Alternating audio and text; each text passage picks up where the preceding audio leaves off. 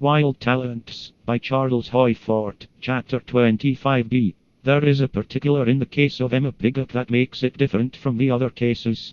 In the other cases, fires broke out in the presence of girls.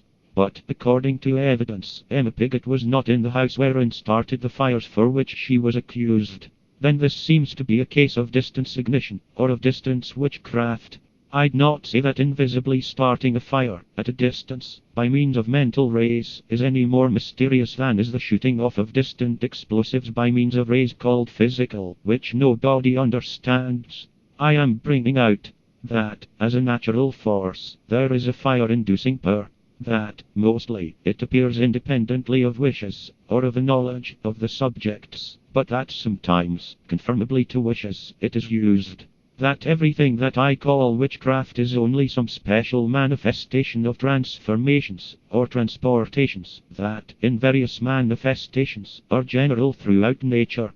The accidents on the Dartmoor Road, or that somewhere near this road lived a cripple, that his mind had shaped to his body, or that somewhere near this road lived somebody who had been injured by a motor car, and lay on his bed, or sat in his invalid's chair, and radiated against the nearby road a hate for all motorists, sometimes with a ferocity, or with a directness, that knocked cars to destruction. Or Brooklyn, April 10, 1893. See back to the supposed series of coincidences, man after man injured by falling from a high place, or being struck by a falling object, or that somewhere in Brooklyn was somebody who had been crippled by a fall, and, brooding over what he considered a monstrous injustice that had so singled him out, radiated influences that similarly injured others. See back to the account of what occurred to French airplanes, flying over German territory. Tracks in the sand of a desert.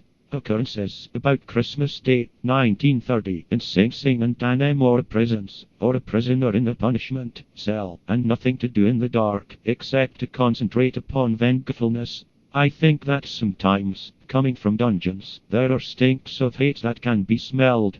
It was a time that for almost everybody else was a holiday. Tracks that stopped in the desert, or the tracks of a child that stopped on a farm in Brittany, the story of Pauline Picard, or the hate of a neighbor for the Picards, and vengeance by teleporting their offspring, the finding of Pauline in Cherbourg, again her disappearance.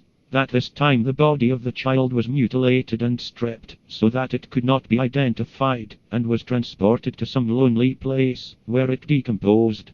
But a change of purpose, or a vengefulness that required that the parents should know, transportation to the field of this body, which probably could not be identified, transportation of the neatly folded clothes, so that it could be identified.